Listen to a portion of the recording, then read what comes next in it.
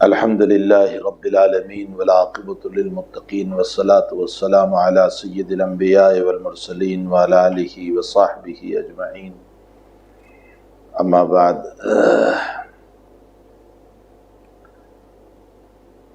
قال النبی صلی اللہ تعالی علیہ وسلم: موتوا قبل ان تموتوا وحاسبوا قبل ان تحاسبوا، او کما قال علیہ الصلاۃ والسلام۔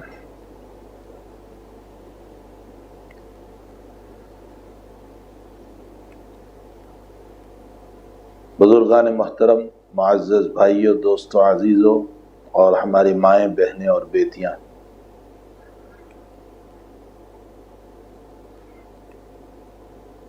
میں نے ایک حدیث شریف پڑھی کہ مر جاؤ اس سے پہلے کہ تمہاری موت آئے، اور اپنی زندگی کا حساب کرو اس سے پہلے کہ تمہارا حساب لیا جائے۔ مجھے اس روایت کے بعد میں تھوڑی سی وضاحت اور تشریح کرنا ہے۔ موت ایک یقینی چیز ہے جس کے بعد میں انکار نہیں ہو سکتا، چاہے جس مذہب کا، جس دھرم کا ماننے والا ہو، لیکن بہرحال موت اپنی جگہ پر آ کر رہے گی اور یقین ہے۔ ہر آدمی اس بات کا قائل ہے کہ موت آئے گی۔ اس کے بعد کے مسائل میں جو بھی اختلاف ہو، مسلمانوں کا اپنا عقیدہ ہے کہ مرنے کے بعد انسان کو اپنے رب کے سامنے قیامت میں حاضر ہونا ہے اور حساب دینا۔ دوسرے لوگوں کا عقیدہ ہے کہ بس مر گئے، مٹی ہو گئے،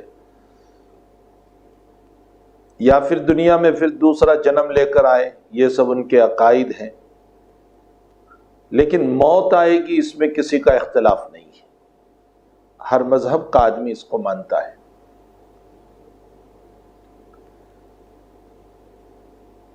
آج کل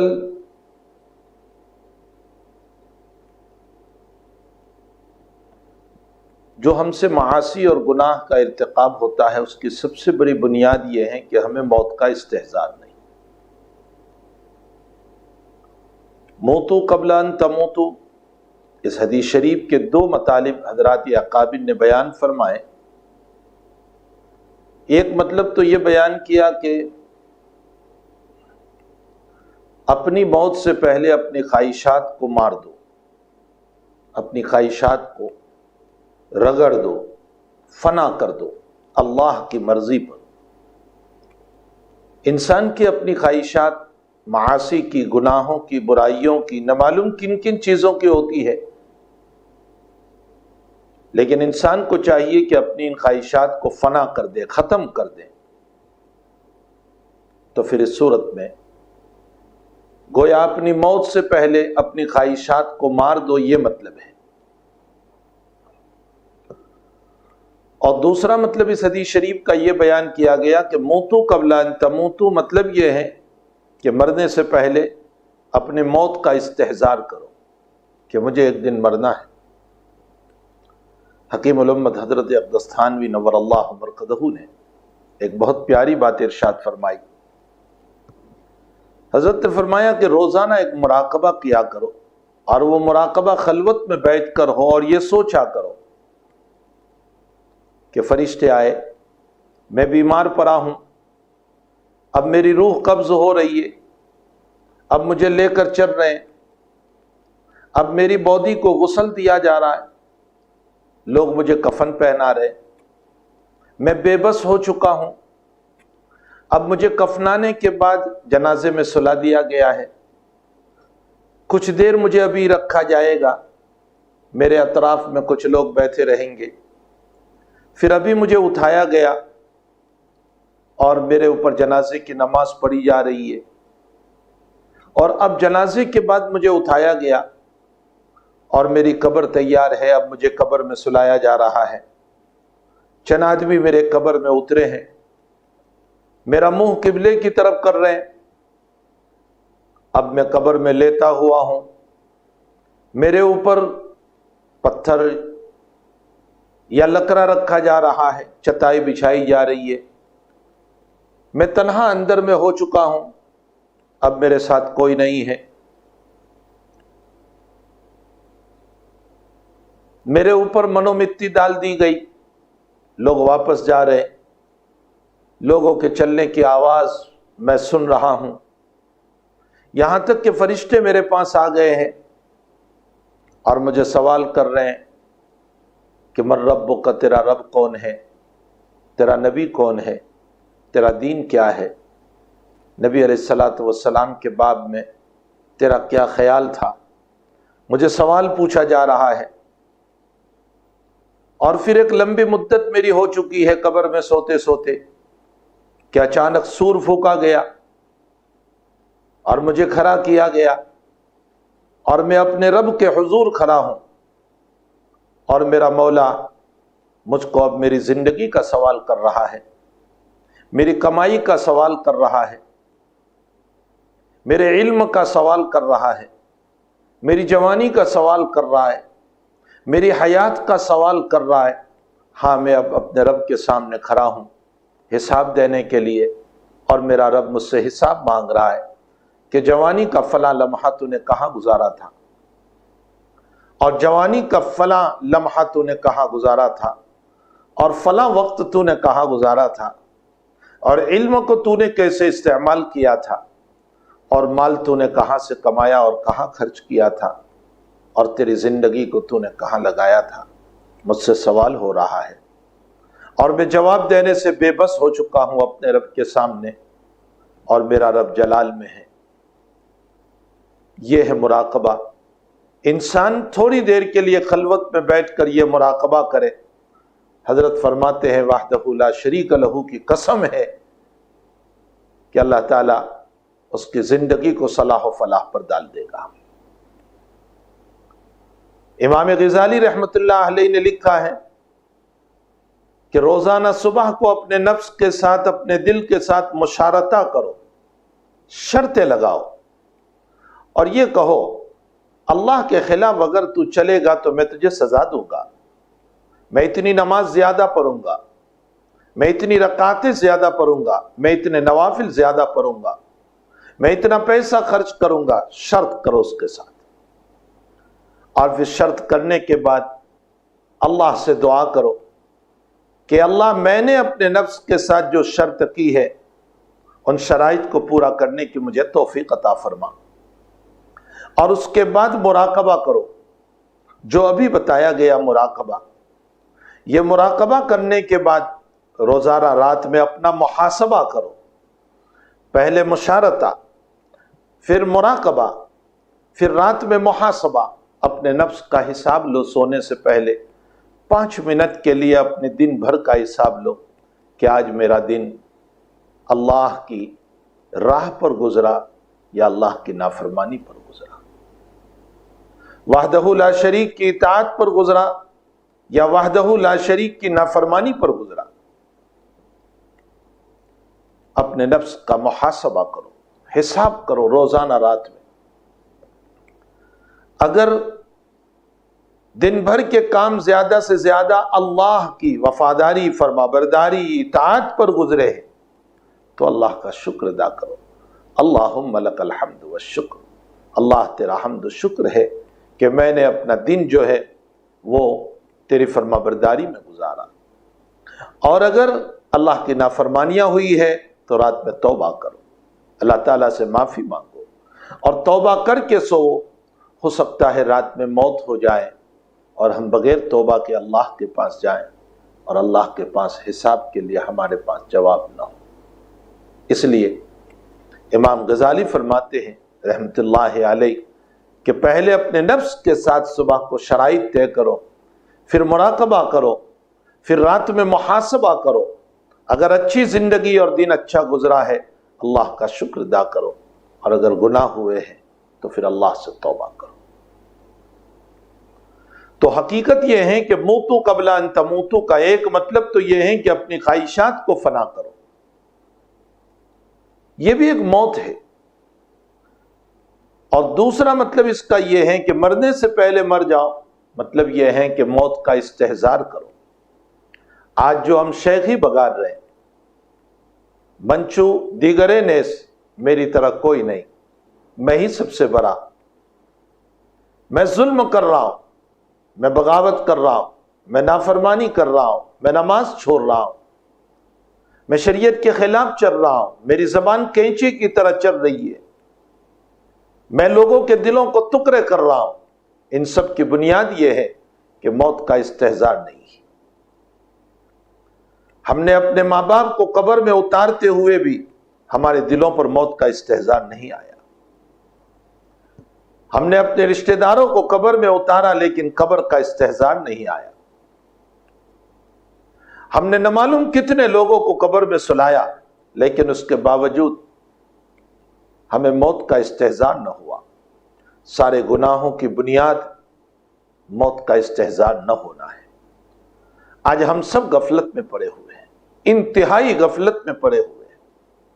اسی لیے نبی اکرم صلی اللہ علیہ وسلم کا ارشاد ہے، اذکروا ذکر حازم اللذات یعنی الموت،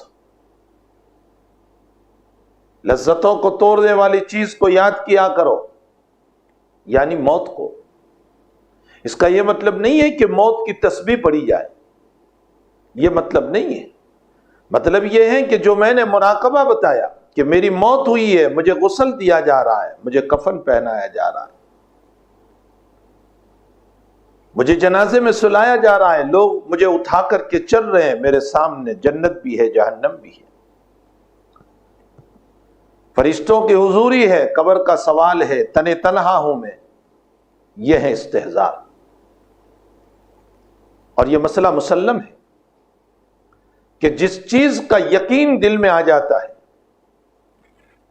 اس پر عمل کرنا آسان ہو جاتا ہے۔ یہ ایک اصول ہے، یاد رکھو، جس چیز کا یقین دل میں آ جاتا ہے اس پر عمل کرنا آسان ہو جاتا ہے۔ میں آپ کو ایک موٹی سی مثال دے کر سمجھاؤں۔ ہمیں یقین ہے کہ آگ جلاتی ہے تو ہم کبھی بھی آگ میں اپنا ہاتھ نہیں رکھیں گے۔ ہاں، بھول سے رکھ دے تو رکھ دے، یہ ہو سکتا ہے، ورنہ جان بوجھ کر نہیں، اس لیے کہ یقین ہے کہ آگ جلاتی ہے، تو پھر یہ عمل کیوں کریں گے؟ یقین تو بہت دور کی بات، گمان ہی لے لو۔ سارے سانپ زہریلے نہیں ہوتے، کچھ سانپ ایسے بھی ہوتے ہیں جو زہریلے نہیں ہیں، جس میں کوئی زہر نہیں، اگر وہ کاٹے بھی تو کوئی اثر نہیں ہوتا ہے۔ لیکن گمان یہ بن چکا ہے کہ سانپ کاٹتا ہے تو انسان مر جاتا ہے۔ اس گمان کی بنیاد پر ہم کسی سانپ کو ٹچ نہیں کریں گے، کیونکہ ہمیں گمان ہے کہ ہو سکتا ہے اس میں زہر ہو، یہ ڈنک مار دے۔ تو صرف گمان کی بنیاد پر ہم اس کو ہاتھ نہیں لگاتے، یقین کی بنیاد پر ہم جو ہے آگ میں ہاتھ نہیں ڈالتے۔ تو جس چیز کا یقین آ جاتا ہے اس پر عمل کرنا آسان ہو جاتا ہے۔ اگر ایمان پر یقین آ گیا اور موت پر یقین آ گیا تو پھر اس صورت میں موت کی تیاریاں بھی آسان ہو جاتی ہیں، ایمانی تقاضوں کو پورا کرنا آسان ہو جاتا ہے۔ کیوں؟ یقین آ گیا، اللہ کی ذات پر یقین آ جاتا ہے تو پھر اس صورت میں عمل کرنا آسان ہو جاتا ہے۔ آج جو ہمارے لیے عمل بھاری پڑ رہا ہے، کبھی فجر کی نماز بھاری پڑ رہی ہے، کبھی روزہ بھاری پڑ رہا ہے، کبھی زکوٰۃ بھاری پڑ رہی ہے، کبھی صدقہ بھاری پڑ رہا ہے، کبھی اچھے اخلاق بھاری پڑ رہے ہیں، کبھی اور اعمال جو بھاری پڑ رہے ہیں، جی نہیں چاہتا کرنے کو۔ اس کی وجہ صرف یہ ہے کہ ہمارا ایمان پکا نہیں ہے، ہمارے ایمان میں کچاس ہے۔ ایمان پر یقین آ جائے تو عمل کرنا آسان ہو جاتا ہے، یہ ایک اصول ہے۔ تو موت سے متعلق ہمیں پکا، قرآن کریم میں اللہ نے فرمایا وَاعْبُدْ رَبَّكَ حَتَّى يَأْتِيَكَ الْيَقِينُ، اپنے رب کی عبادت کرو یہاں تک کہ یقین آ جائے۔ موت کو قرآن نے یقین کہا، اس لیے کہ موت یقینی چیز ہے، اس لیے قرآن کریم نے اس کو یقین کہا۔ دنیا میں، دنیا کے اعتبار سے اگر کوئی بچ سکتا تھا تو حامان، فرعون، قارون، شداد بچ سکتے تھے، جن کے پاس دولتوں کے خزانے تھے۔ یہ دنیا کی بڑی طاقتور قوم تھی، یہ لوگ بچ سکتے تھے، لیکن موت نے دبوچا ان کو بھی۔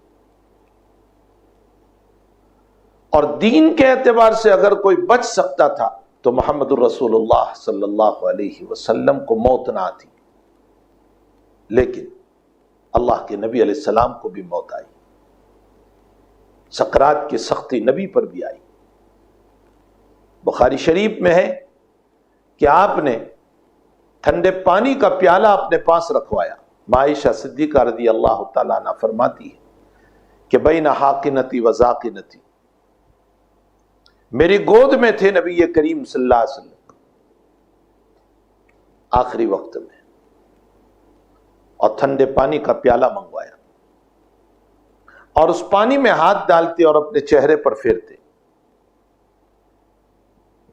اور فرمایا یا عائشہ ان للموت سکرات، عائشہ موت کی سختی ہے، عائشہ موت کی سختی ہے، عائشہ موت کی سختی ہے۔ بار بار ہاتھ اٹھاتے تھے، اللہم رفیق الاعلی، اللہم رفیق الاعلی، اللہم رفیق الاعلی۔ حضرت عائشہ رضی اللہ تعالیٰ عنہ فرماتی ہے اخیر میں آپ نے اللہم رفیق الاعلی ہاتھ اٹھایا، پھر آپ کا ہاتھ نیچے گر گیا۔ وفات سے کچھ وقت پہلے ام المؤمنین عائشہ رضی اللہ تعالیٰ عنہ کے بھائی عبد الرحمن ابن ابی بکر رضی اللہ تعالیٰ عنہ تشریف لائے، ان کے ہاتھ میں مسواک تھی، وفات سے کچھ وقت پہلے کا واقعہ، اور حضرت یوں ٹک ٹکی لگا کر کے مسواک کو دیکھنے لگے۔ حضرت عائشہ سمجھ گئی کہ میرے محبوب کو مسواک کی ضرورت ہے، فرمایا مسواک کرو گے؟ نبی علیہ السلام نے سر ہلایا، لیکن اتنی ہمت و سخت نہیں تھی کہ آپ مسواک چبا سکتے تھے۔ حضرت عائشہ رضی اللہ تعالیٰ عنہ نے فرمایا کہ میں نے مسواک چبایا اپنے منہ میں، اور پھر نبی علیہ السلام کو دیا۔ آپ نے بہت اچھے انداز میں مسواک فرمایا۔ اب دنیا سے رخصت ہوئے تو بھی مسواک کر کے گئے۔ علماء نے لکھا ہے کہ مسواک کے 70 فائدے، 70 فائدے، 70 فائدے، ان میں سب سے بڑا فائدہ یہ ہے کہ مرتے وقت کلمہ نصیب ہوتا ہے، یہ سب سے بڑا فائدہ ہے۔ حضرت عائشہ رضی اللہ تعالیٰ عنہ بڑے فخر سے بیان کرتی تھی کہ میری باری میں موت ہوئی، یعنی اگر حضرت ترتیب سے چلتے تو جس دن وفات ہوئی وہ میری باری تھی، میرے کمرے میں، میرے حجرے میں، میرے مکان میں موت ہوئی، میری گود میں موت ہوئی، اور آخری وقت میں میرا لعاب میرے نبی کے منہ میں گیا صلی اللہ علیہ وسلم۔ موت آپ کو بھی آئی۔ وما محمد الا رسول قد خلت من قبلہ الرسل افئن مات او قتل انقلبتم علی اعقابکم، قرآن نے اشارہ کیا اس بات کی طرف۔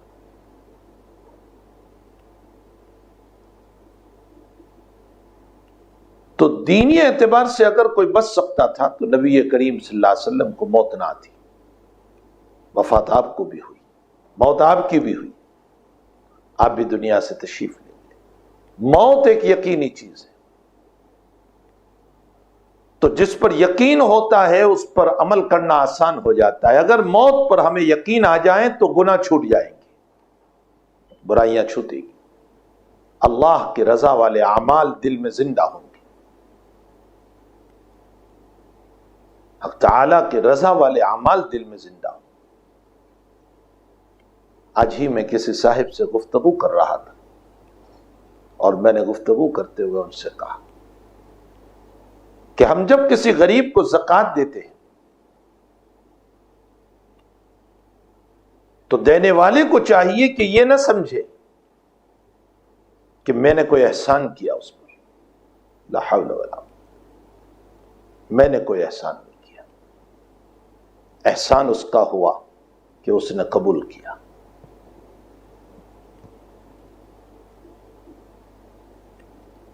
عائشہ صدیقہ رضی اللہ تعالیٰ عنہ کے باب میں کہ آپ نے اپنے نواسے عروہ کو، اپنے بھانجے عروہ کو بلایا اور فرمایا بیٹا فلاں صاحب کو یہ مال دے کر آؤ، یہ پیسہ دے کر آؤ۔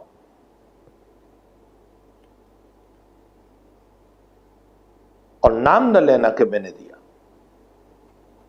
اور نمبر 2، یوں اوپر سے نہ دینا، یوں دینا، جیسے ہم ہاتھ میں پکڑاتے ہیں، اوپر ہاتھ رکھ کر نہ دینا۔ عروہ فرماتے میں دے کر کے تو آ گیا، لیکن میں نے خالہ جان سے پوچھا کہ وجہ کیا ہے؟ فرمایا نام اس لیے منع کیا کہ وہ میرے نام پر شکر کا لفظ بولتا تو یہی میرا ثواب ضائع ہو جاتا، پھر آخرت میں مجھے کیا ملتا۔ اللہ۔ اور یوں اس لیے منع کیا کہ اوپر والا ہاتھ کہیں غرور و تکبر میں نہ آ جائے، دینے والے کو کہیں غرور اور تکبر نہ آ جائے کہ میں نے دیا،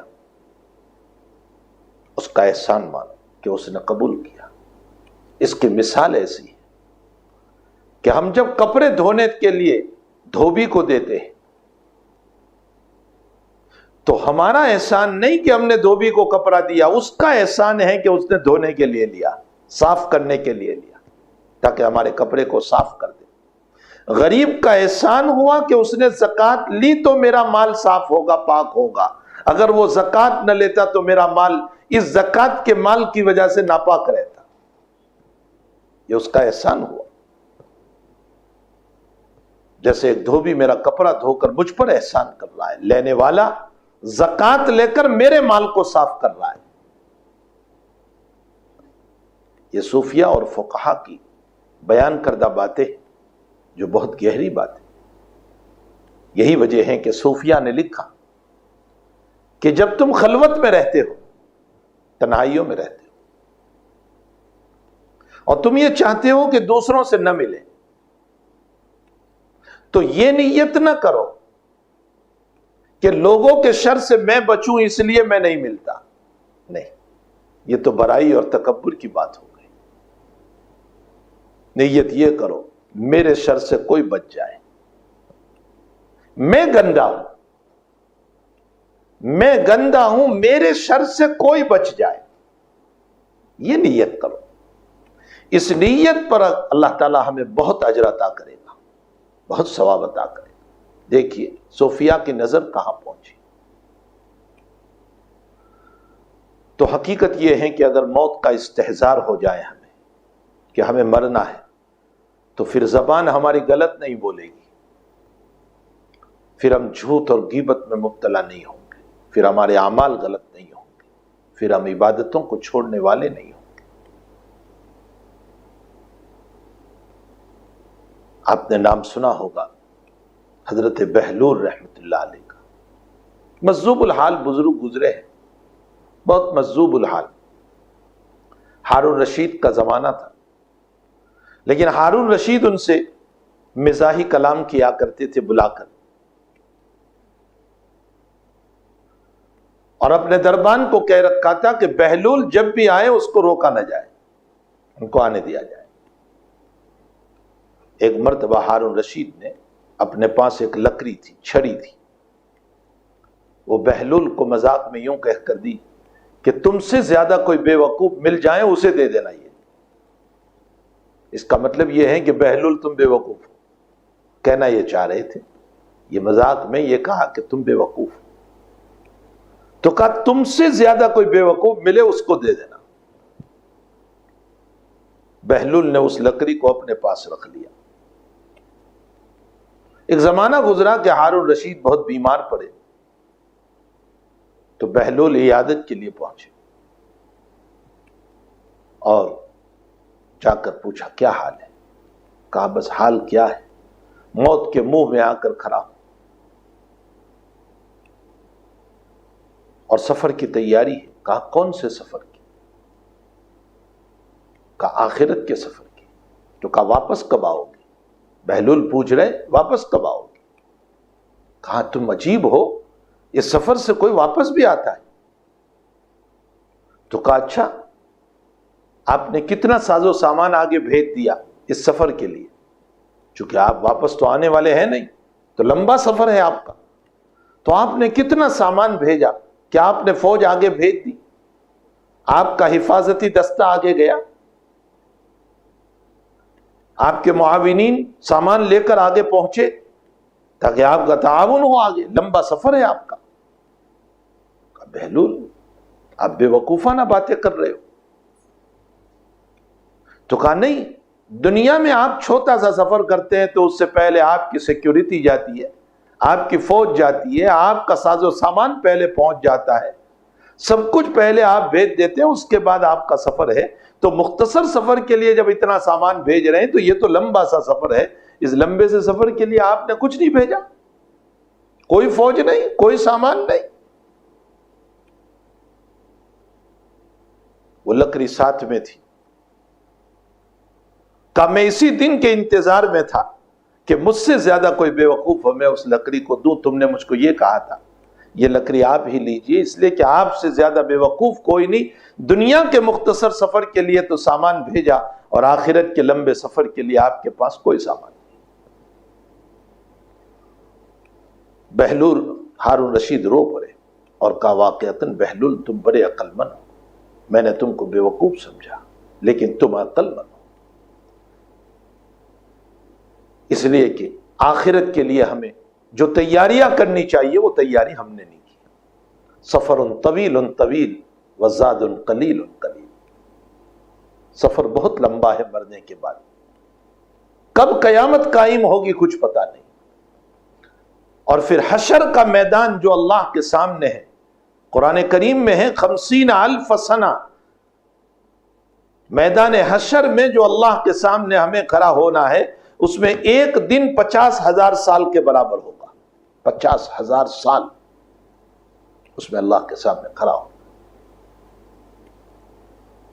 اور پھر اللہ کا سوال، اور اللہ اتنے جلال میں اتنے جلال میں اتنے جلال میں ہوں گے کہ آدم علیہ السلام کہہ دیں گے میں بات نہیں کر سکتا ہوں، نوح علیہ السلام کہہ دیں گے میں بات نہیں کر سکتا ہوں، اور حضرت ابراہیم خلیل اللہ خلیل ہو کر کے کہہ دیں گے کہ اللہ سے میں بات نہیں کر سکتا ہوں، اور موسیٰ علیہ السلام کلیم ہو کر کے منع کریں گے میں اللہ سے بات نہیں کر سکتا ہوں، عیسیٰ روح اللہ ہو کر کے منع کریں گے، اتنے اللہ جلال میں میری اور آپ کی حیثیت کیا ہوگی؟ سفر طویل طویل، بہت لمبا سفر ہے، وزاد قلیل قلیل، ہمارا آخرت کا توشہ بہت کم ہے، بہت کم توشہ ہے۔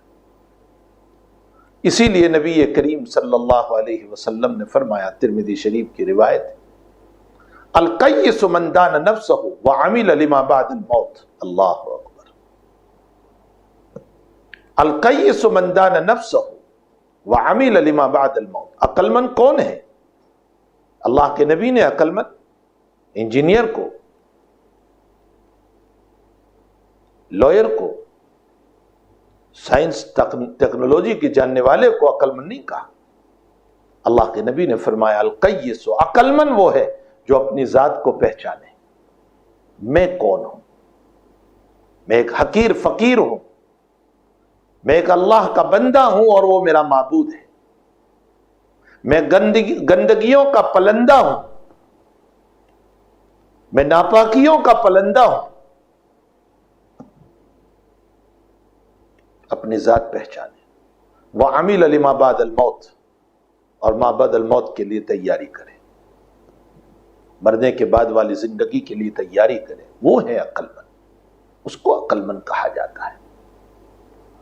اسی لیے بخاری شریف کی روایت ہے، نبی اکرم صلی اللہ تعالی علیہ وسلم کا ارشاد گرامی ہے، آپ فرماتے ہیں کہ انسان کا جب جنازہ چلتا ہے تو اس کے ساتھ 3 چیزیں چلتی ہیں، ایک اس کا مال جو رضائی کی شکل میں، جو چادر کی شکل میں، جو اور شکلوں میں چلتا ہے، ایک اس کے رشتہ دار، اس کے آل اولاد، اس کے اقارب، اور نمبر 3 اس کے اعمال۔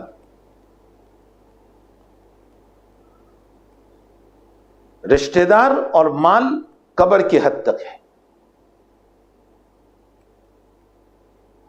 اور اعمال قبر کے اندر ہے، یہ دونوں وہیں سے واپس ہو جاتے ہیں۔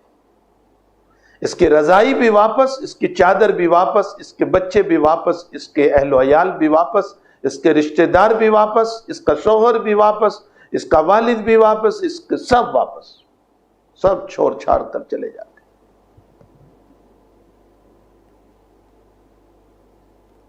حدیث شریف میں ہے کہ جب جنازہ چلتا ہے تو آدمی اگر نیک ہوتا ہے تو اس کی روح اس کے ساتھ ہے، جنازے میں ہے، مجھے اور آپ کو نظر نہیں آتی، لیکن جنازے میں اس کے ساتھ اس کی روح ہے، اور وہ ہم کو یہ کہہ رہی ہے عجلونی عجلونی۔ نیک آدمی کہتا ہے مجھے جلدی لے چلو، مجھے جلدی لے چلو، اللہ کی نعمتیں میرا انتظار کر رہی ہیں، اللہ کی نعمتیں میرا انتظار کر رہی ہیں۔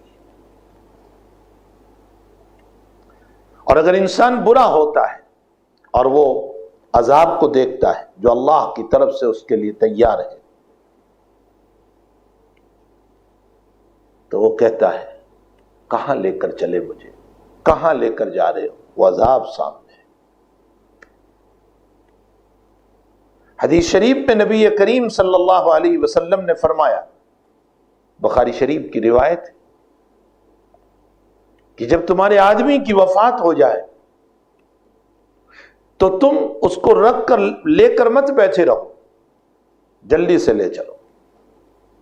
اللہ کے نبی کے الفاظ تو دیکھیں، حضرت نے فرمایا اگر وہ نیک ہے تو جلدی سے اپنی نیکیوں میں، اللہ کے انعامات میں، اللہ کی رحمتوں میں پہنچ جائے گا، اور فرمایا اگر وہ برا ہے، گندا ہے، تو اس گندگی کو اپنے کندھے پر اٹھا کر کب تک بیٹھے رہو گے، پھینکو اس کو۔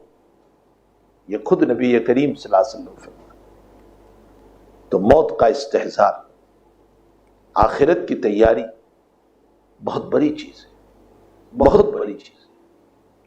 ہمیں چاہیے کہ ہم آخرت کی تیاری کریں۔ جب موت ایک یقینی چیز ہے تو پھر اس یقین کے اوپر ہمیں عمل بھی کرنا چاہیے۔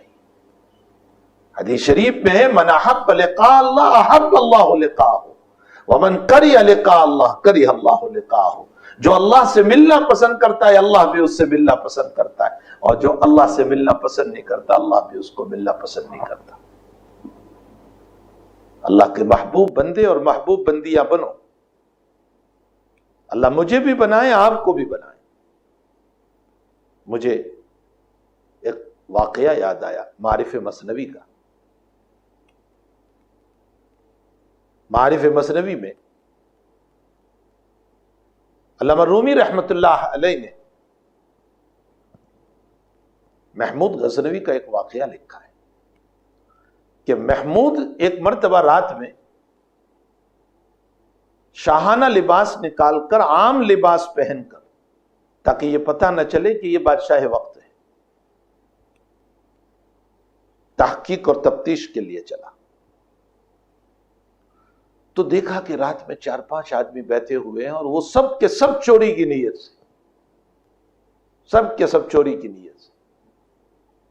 محمود غزنوی بھی وہاں پہنچے، انہوں نے نہیں پہچانا سادہ لباس کی بنیاد پر۔ محمود نے ان سے پوچھا کون ہو تم؟ تو انہوں نے کہا پہلے تو بتا تو کون ہے؟ اس نے کہا کہ بھئی میں روزی روٹی کی تلاش میں رات میں نکلا ہوں، کچھ مل جائے۔ کہا اچھا ہم بھی تو اسی نیت سے چلے۔ تو کہا اچھا ہم چوری کے لیے تو چلیں گے، لیکن پہلے اپنے ہنر بھی تو کچھ ہونے چاہیے، بغیر ہنر کی چوری، چوری میں بھی ہنر چاہیے، چوری میں بھی ہنر چاہیے۔ انگریز کا زمانہ ہندوستان میں چل رہا تھا، چوروں کا بھی سردار ہوتا ہے۔ ایک چور نے کسی کا جیب کاٹا، اور جس کا جیب کاٹا وہ عیسائی تھا، چونکہ انگریز کا زمانہ تھا ہندوستان میں، وہ عیسائی تھا، لیکن پھر اس کا پیسہ اس کو واپس کر دیا۔ تو اس کے سردار نے اس چور سے شام میں پوچھا جیب کترے سے کہ آج کیا لایا تھا؟ تو اس نے کہا میں نے جیب کاٹا تھا، بہت پیسے تھے، لیکن پھر میں نے واپس کر دیا۔ کہا تو بے وقوف ہے کہ اتنے سارے پیسے تو نے جیب کاتا اور پھر واپس کر دیا؟ کہا ہاں، میرے دل میں ایک خیال گزرا، اس لیے کہ وہ چور اور جیب کترا جو تھا وہ مسلمان تھا۔ کہا میرے دل میں ایک خیال سا گزرا کہ قیامت کے دن اگر عیسیٰ علیہ السلام نے میرے نبی کو یہ طعنہ دے دیا کہ محمد تیرے امتی نے میرے امتی کا جیب کاتا تھا، تو میرے نبی کو عیسیٰ کے سامنے نیچے دیکھنا پڑے گا۔ میں اپنے نبی کو قیامت میں ذلیل کرنا نہیں چاہتا تھا، اس لیے میں نے واپس کر دیا۔ اس زمانے کے چور میں اتنی انسانیت تھی۔ آپ انداز لگائے کہ میرا نبی ذلیل نہ ہو، میرا نبی رسوا نہ ہو۔ آج ہم خود اپنے نبی کی سنتوں کو توڑ کر، میں انشاءاللہ آج تو میں نے موت کا توفیق لیا ہے، لیکن انشاءاللہ تعالی اللہ تعالیٰ نے توفیق دی تو میں انشاءاللہ سنتوں کے اوپر بھی گفتگو کروں گا۔ آج خود ہم سنتوں کی مذاق اڑا رہے ہیں، سنتوں کی توہین کر رہے ہیں، ہم اپنی ذاتوں سے سنتوں کے پامال کر رہے ہیں۔ غیروں نے تو ہمارے نبی کو حیاتی میں ستایا تھا، لیکن ہم نے تو ابھی بھی قبر میں آپ کو چین سے سونے نہیں دیا۔ جب ہم آپ کی شریعت کی مذاق کر رہے ہیں اور آپ کی سنتوں کو توڑ رہے ہیں تو نبی کو کتنی تکلیف ہوتی ہو۔ بہرحال چور کے لیے بھی ہنر چاہیے، تو ہر چور نے اپنے ہنر بیان کی۔ ایک نے کہا کہ میرے کان کے اندر وہ قوت ہے کہ کتا بھونکتا ہے تو میں سمجھ لیتا ہوں کہ کتا کیا کہہ رہا ہے، اور دوسرے نے کہا کہ میری آنکھ میں وہ قوت ہے کہ میں رات میں جس کو دیکھتا ہوں دن میں پہچان لیتا ہوں اس کو، اور تیسرے نے کہا کہ میری ناک میں وہ قوت ہے کہ میں سونگھ کر بتا دیتا ہوں کہ خزانہ کہاں ہے،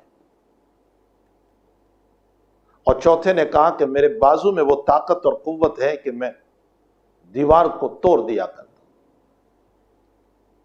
چاروں نے اپنے اپنے ہنر کو بیان کیا تو محمود غزنوی سے پوچھا تیرے اندر کوئی ہنر ہے، خوبی ہے؟ تو بھی تو چوری کے لیے آیا ہے۔ اس نے کہا میری خوبی یہ ہے کہ میں داڑھی ہلاتا ہوں تو مجرم کو چھٹکارا مل جاتا ہے۔ تو کہا تیری تو بہت ضرورت ہے کہ کبھی ہم پکڑے جائیں تو داڑھی ہلا دینا۔ اب جو چوری کے لیے چلے ہیں، علامہ رومی نے معارف مثنوی میں اس کو پیش کیا ہے۔ اتنے میں کتے نے بھونکنے کی آواز نکالی تو جس کے اندر کتے کی آواز کو سننے کی صلاحیت تھی اس نے یوں کہا کہ کتا بھونک کر یوں کہہ رہا ہے کہ تمہارے ساتھ بادشاہ چل رہا ہے، لیکن لوگوں نے یقین نہیں کیا۔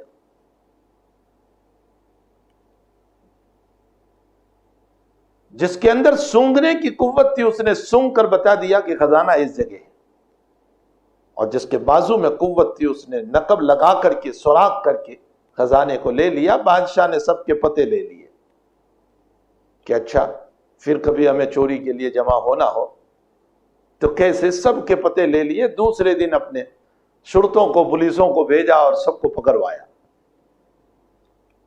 اور چوری بھی انہوں نے ایسی جگہ کی کہ جہاں بادشاہ کا خزانہ تھا، اور سب کو حکم دیا کہ تختہ دار پر چڑھاؤ، پھانسی کا حکم۔ آج یہ کام کر رہے ہیں یہ لوگ۔ اب سب کے سب پریشان ہیں، سب کے پاؤں کے نیچے سے زمین نکل گئی ہے کہ پھانسی کا حکم ہو چکا ہے اور اب موت کا سناٹا چھایا ہوا ہے۔ اتنے میں جس کے آنکھ کا ہنر تھا کہ جس نے یوں کہا تھا کہ میں رات میں جس کو دیکھتا ہوں دن میں پہچان لیتا ہوں، اس نے کہا بادشاہ سلامت، رات میں آپ ہی ہمارے ساتھ تھے، آپ ہی تھے، اور ہمارے اپنے ہنر تو اب کام نہ آئے، ہمارے ہنروں نے تو ہمیں پھانسی پر پہنچا دیا، آپ اپنا ہنر بتا دیجئے اور داڑھی میں حرکت دے دیجئے تاکہ ہمیں رہائی مل جائے۔ بادشاہ مسکرایا اور ان سے توبہ کرائی، اور توبہ کرانے کے بعد آئندہ عزم لیا کہ ایسا کام نہیں کرو گے۔ علامہ رومی نے اس سے بہت سارے سبق نکالے ہیں، میں اس میں سے ایک سبق پیش کرتا ہوں۔ علامہ رومی فرماتے ہیں کسی کا ہنر کام نہ آیا، اس آدمی کا ہنر کام آیا جس کی آنکھوں میں ہنر تھا کہ جو رات میں دیکھتا تھا وہ دن میں پہچان لیتا تھا، فرمایا راتوں میں اٹھ کر کے کچھ اپنی آنکھوں کو کھلی رکھو تاکہ قیامت کے دن اپنے رب کو پہچان لو کہ مولا تو ہی ہمارا رب ہے، تو ہی ہمارا رب ہے۔ رات کی کچھ بیداریاں کام آ جائے گی اللہ کے سامنے، 2-4 رکعتیں کام آ جائے گی۔ یہ ہنر وہ ہے اپنی آنکھوں کو کھول کر کے قرآن کی تلاوت کرنا یا 2-4 رکعت پڑھنا کہ قیامت کے دن اپنے رب کو پہچان کر کہیں گے مولا دنیا میں بن دیکھے سجدے کیے تھے، آج تو ہمارے سامنے ہے۔ تو موت کا استحضار، جب انسان کو موت کا استحضار ہوتا ہے تو پھر اس صورت میں انسان کے لیے عمل کرنا آسان ہو جاتا ہے۔ شیخ عبد الرحمن بن احمد رحمت اللہ علیہ بہت بڑے محدث ہیں۔ ان کے زمانے کا ایک واقعہ ہے کہ ایک آدمی کو یہ خیال گزرا کہ میں اپنے زمانے کے محدثین اور فقہا کو ایک سوال کروں، اور وہ سوال یہ کروں کہ آیا کل کو اگر تمہیں موت کی اطلاع دے دی جائے کہ کل تمہیں مرنا ہے تو آج تم کیا کام کرو گے؟ تو یہ سائل اور سوال کرنے والا ہر ایک کے پاس جا رہا ہے اور سب کو یہ سوال کر رہا ہے کہ اگر آپ کو یہ اطلاع دے دی جائے کہ کل آپ کو مرنا ہے، یہ خبر ہو جائے کہ کل آپ کو مرنا ہے تو آج کیا کرو گے؟ کسی نے کہا کہ دن بھر عبادت میں، کسی نے کہا رات بھر عبادت میں، کسی نے کیا جواب، کسی نے کیا جواب، ہر ایک نے اپنے اپنے اعتبار سے جواب دیا۔ شیخ عبد الرحمن بن احمد محدث کبیر ہیں، انہوں نے جواب دیا کہ میرے عمل میں کوئی فرق نہیں آئے گا، میں روزمرہ جو کام کر رہا ہوں وہی کروں گا، اس لیے کہ مجھے موت پر یقین ہے، اس لیے میں نے پہلے ہی سے روزانہ ایک ترتیب بنائی ہے کہ روزانہ میں یہ سوچتا ہوں کہ مجھے کل کو مرنا ہے، تو میرے عمل میں کوئی فرق نہیں آئے گا۔ اگر موت پر یقین آ جائے تو پھر روزانہ کا عمل ہمارے لیے آسان ہو جاتا ہے۔ موت پر یقین نہیں ہے تو پھر اس صورت میں آج کی زندگی گناہ والے گزرے گی، برائیوں والے گزرے گی، نافرمانیوں والے گزرے گی۔ اسی لیے نبی اکرم صلی اللہ علیہ وسلم نے ابن عمر رضی اللہ تعالیٰ عنہما کو فرمایا تھا، اے عبداللہ جب صبح کرے تو شام کا انتظار نہ کرو، شام کرے تو صبح کا انتظار نہ کرو۔ مطلب یہ تھا کہ موت کب آ جائے کچھ پتہ نہیں۔ اینما تکونوا یدرککم الموت ولو کنتم فی بروج مشیدہ، تم شیشے پلائی ہوئی دیواروں کے اندر کیوں نہ ہوں گے، موت وہاں بھی پہنچ کر رہے گی، موت اپنی جگہ پہنچ کر رہتی۔ اس لیے میرے بھائیوں اور میری بہنوں، ہمیں اپنی موت کا استحضار رکھنا ہے، ہمیں قبر میں جانا ہے، اللہ کے سامنے حاضر ہونا ہے۔ قبرستان میں جاؤ تو یہ نہ سوچو کہ یہ مٹی کا ڈھیر ہے، وہ مٹی کے ڈھیر نہیں ہے، وہ تمناؤں کے ڈھیر ہے، وہ امیدوں کے ڈھیر ہے۔ ان کی بھی بڑی امیدیں تھیں، ان کی بھی بڑی تمنائیں تھیں۔ کسی کی جوانی میں تمنائیں فیل ہو گئی، اور کسی کی بڑھاپے میں، کسی نے اپنی اولاد کے لیے تمنائیں سجائی تھی تو کسی نے اپنے پوتوں اور نواسوں کے لیے سجائی تھی۔ ان کی بھی تمنائیں تھیں۔ تاریخی واقعات میں لکھا ہے کہ کسی چلنے والے کا پاؤں قبرستان میں اتفاق ایسا ہوا کہ کوئی پرانی قبر کھودی گئی دوسرے میت کو دفن کرنے کے لیے، اور اس میں سے کھوپڑی باہر نکل آئی اور کسی کو پتہ نہ چلا، اور گزرنے والے کا پاؤں اس کھوپڑی کے اوپر پڑ گیا تو اس کے اندر سے آواز آئی، اے چلنے والے سنبھل کر چل، کبھی میں بھی تیری طرح شاہانہ دماغ رکھتا تھا لیکن آج اس مٹی میں پہنچ چکا۔ اور ہماری حقیقت یہ ہے کہ جب ہمیں قبر میں رکھا جاتا ہے تو پھر پیٹ پھولتا ہے، سب سے پہلے پیٹ پھولتا ہے اور پھٹتا ہے، پھر اندر کی گندگیاں اور پھر کیڑے آتے ہیں، اور کیڑے ہماری باڈی کو کھاتے ہیں، اور ہمارے پاؤں علیحدہ ہوتے ہیں اور ہاتھ علیحدہ ہوتے ہیں اور گردن علیحدہ ہوتی ہے اور آنکھیں نکل جاتی ہے اور زبان باہر ہو جاتی ہے اور بدن کے ریزہ ریزہ ہو کر کیڑے کھا جاتے ہیں، اور پھر ان چھوٹے کیڑوں کو بڑے کیڑے کھاتے ہیں، اور پھر وہ بڑے کیڑے بھی اندر میں مٹی بن جاتے ہیں، اور مٹی بننے کے بعد وہ قبر ختم ہو جاتی ہے، اور ایک وقت لمبا وقت گزرنے کے بعد پھر وہ قبر کھودی جاتی ہے دوسرے میت کے لیے، تو اندر کی مٹی باہر آتی ہے، اور جب اندر کی مٹی باہر آتی ہے تو وہ کچرا جو ہوا کرتا ہے وہ باہر ہمارے جسموں کا ہوا کرتا ہے جو ہواؤں میں اڑتا ہے۔ یہ ہماری حقیقت ہے۔ جس آدمی کو اپنی قبر کا استحضار ہوگا، خدائے پاک کی قسم، وہ برائیوں سے ضرور اپنے آپ کو بچائے گا، وہ گندگیوں سے بچے گا، وہ اللہ کی بغاوتوں سے بچے گا، اللہ کی نافرمانیوں سے بچے گا، وہ نماز چھوڑنے سے بچے گا، وہ شریعت کو پامال کرنے سے بچے گا، وہ نبی کو ستانے سے بچے گا، وہ اللہ کے احکام کو توڑنے سے بچے گا، ضرور بچے گا۔ جس کو آخرت کا استحضار ہو، جس کو موت کا استحضار۔ وہ بہلول نے جو ہارون رشید کو بے وقوف کہا، وہ تو ہارون رشید کو کہا، میں سمجھتا ہوں ہم بھی بے وقوف ہیں، ہم بھی بے وقوف ہیں۔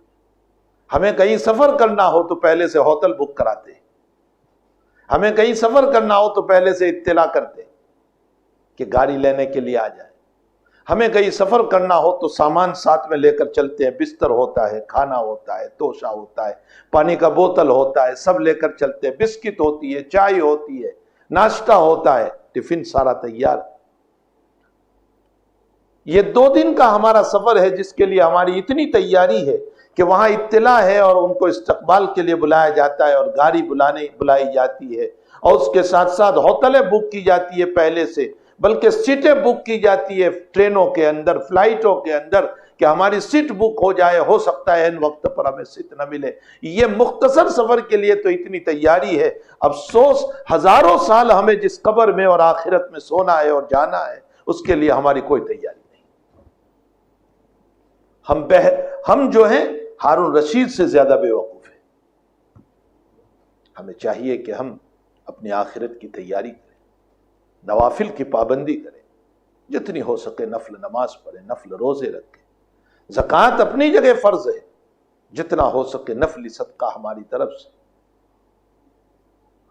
اچھے اخلاق اپنی زندگی میں لائیں، برے اخلاق سے اپنے آپ کو بچائیں۔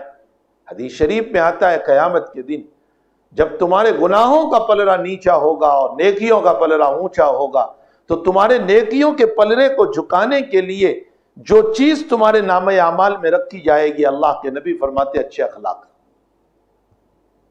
ما یوضع فی المیزان اثقل من خلق حسن، روایت ہے، علامہ ابو الحسن لالکائی رحمۃ اللہ علیہ نے اس روایت کو نقل کیا کہ تمہارے نامہ اعمال کو، تمہاری نیکیوں کے پلڑے کو وزنی بنایا جائے گا اچھے اخلاق سے۔ ہماری زبان اچھی ہو، ہمارا بولنا اچھا ہو، ہمارا بولنا میٹھا ہو۔ آج ہماری زبان دنکیلی بن گئی، سانپ سے زیادہ، جو ڈنک مارتی، تانے دیتے، اور پھر ہم کہتے ہیں کہ ہنستے ہنستے ہم نے سنا دیا۔ ٹھیک ہے، ہم نے ہنستے ہنستے کسی کے دل کو تو توڑ دیا، لیکن اللہ کی نگاہ میں ہم ذلیل ہو گئے۔ تانے والی زبان استعمال نہ کرو، اپنی زبان میٹھی بناؤ، اپنے اخلاق کو اچھے بناؤ، اپنے کیریکٹر کو اچھے بناؤ، تاکہ ہم نبی کے سامنے اچھے لگے اور اللہ کے سامنے اچھے لگے۔ اللہ جل شانہ ہم تمام کو مرنے سے پہلے موت کی تیاری کی توفیق عطا فرمائے۔ اور اس حدیث شریف کا دوسرا جملہ ہے وَحَاسِبُوا قَبْلَ أَن تُحَاسَبُوا، حساب کر لو اس سے پہلے کہ قیامت کے دن تمہارا حساب ہوگا، آج حساب کر لو۔ رات کو سونے سے پہلے اپنی زندگی کا محاسبہ کرو، میں نے کتنا صحیح کیا، کتنا غلط کیا، کتنی وفاداری کی، کتنی نافرمانی، کتنے اعمال سے اللہ راضی ہوا، کتنے اعمال سے اللہ ناراض ہوا۔ حساب کرو اپنا، روزانہ کا حساب کر لیا کرو، تاکہ ہمارا نامہ اعمال صاف ستھرا رہے، کلیئر رہے۔ اللہ ہم سب کو مرنے سے پہلے اپنی خواہشات کو مرنے کی اور مارنے کی اور موت کے استحضار کی توفیق عطا فرمائے، اور حساب سے پہلے اپنی زندگی کا حساب کرنے کی ہم سب کو توفیق عطا فرمائے۔ صلی اللہ علیہ النبی الکریم۔ بہت سارے احباب فورن کے اندر بھی اس بیماری میں مبتلا ہے۔ مولانا عبدالصمد صاحب جو دیوزبری میں رہتے ہیں، ایک لمبی زندگی انہوں نے دیوزبری مرکز پر گزاری ہے، وہ بیمار ہے، اللہ تعالیٰ ان کو شفائے دائمہ مستمرہ عطا فرمائے۔ اس کے علاوہ مولانا جنید انگار صاحب، وہ بھی اس بیماری میں کچھ بیمار ہیں، اللہ تعالیٰ ان کو شفائے دائمہ مستمرہ عطا فرمائے۔ مولانا ابراہیم صاحب دیسائی ترکیسر کے تھے، ان کا انتقال ہوا ہے، اللہ تعالیٰ ان کی مغفرت فرمائے، اور جتنے لوگ بیچارے بیمار ہیں اللہ سب کو شفائے دائمہ مستمرہ عطا فرمائے۔ ہمارے عزیز اور ہمارے شاگرد مولوی شعیب صورتی، جن کو ابھی ابھی منہ کے کینسر کا آپریشن ہوا ہے، وہ ہاسپٹل میں ہیں، شدید بیمار ہیں، اللہ تعالیٰ ان کو بھی شفائے دائمہ مستمرہ عطا فرمائے۔ اور بہت سارے احباب کے فون آتے ہیں صبح سے شام تک، فون دعاؤں کے لیے۔ حق تعالیٰ جتنے بیمار ہیں سب کو شفا عطا فرمائے، اور اللہ اس مہلک بیماری سے، اس وبا سے ہم سب کی حفاظت فرمائے۔ اللہم صلی وسلم دائما ابدا علی حبیبک خیر الخلق کلہم، الحمدللہ رب العالمین الرحمن الرحیم مالک یوم الدین، اللہم صلی وسلم دائما ابدا علی حبیبک خیر الخلق کلہم، اللہم وفقنا لما تحب وترضى من القول والعمل وجنبنا الفواحش والمعاصی والخطایا والزلل، اللہم آثرنا واغفرنا واصلح لنا شاننا کلہ، لا الہ الا اللہ الحلیم الکریم، سبحان اللہ رب العرش العظیم، والحمد للہ رب العالمین۔ نسألک موجبات رحمتک وعزائم مغفرتک والغنیمۃ من کل بر والسلامۃ من کل اثم، لا تدع لنا ذنبا الا غفرت ولا ہما الا فرجت ولا دینا الا قضیت ولا میتا الا رحمت ولا مریضا الا شفیت ولا حاجۃ من حوائج الدنیا والآخرہ ہی لک رضا الا قضیتها یا ارحم الراحمین۔ اللہم اشف مرضانا واشف مرضى المؤمنین، اللہم اشف مرضانا واشف مرضى المؤمنین، اللہم ارحم موتانا وارحم موتى المؤمنین، اللہم انا نسألک الصحة والعفة والامانة وحسن الخلق، اللہم انا نعوذ بک من علم لا ينفع وقلب لا تخشع ونفس لا تشبع ودعاء لا يستجاب لها، اللہم انا نسألک شفاء دائما، اللہم انا نسألک شفاء دائما، اللہم انا نسألک شفاء دائما، اللہم ربنا تقبل منا انک انت السمیع العلیم وتب علینا یا مولانا انک انت التواب الرحیم، اللہم ارحم علی امت محمد صلی اللہ علیہ وسلم، اللہم تجاوز عن امت محمد صلی اللہ علیہ وسلم، اللہم اغفر لامت محمد صلی اللہ علیہ وسلم، اللہم انا نسألک من خیر ما سألک منہ نبیک ورسولک محمد صلی اللہ علیہ وسلم، ونعوذ بک من شر ما استعاذ منہ نبیک ورسولک محمد صلی اللہ علیہ وسلم، وصلی اللہ علی النبی الکریم برحمتک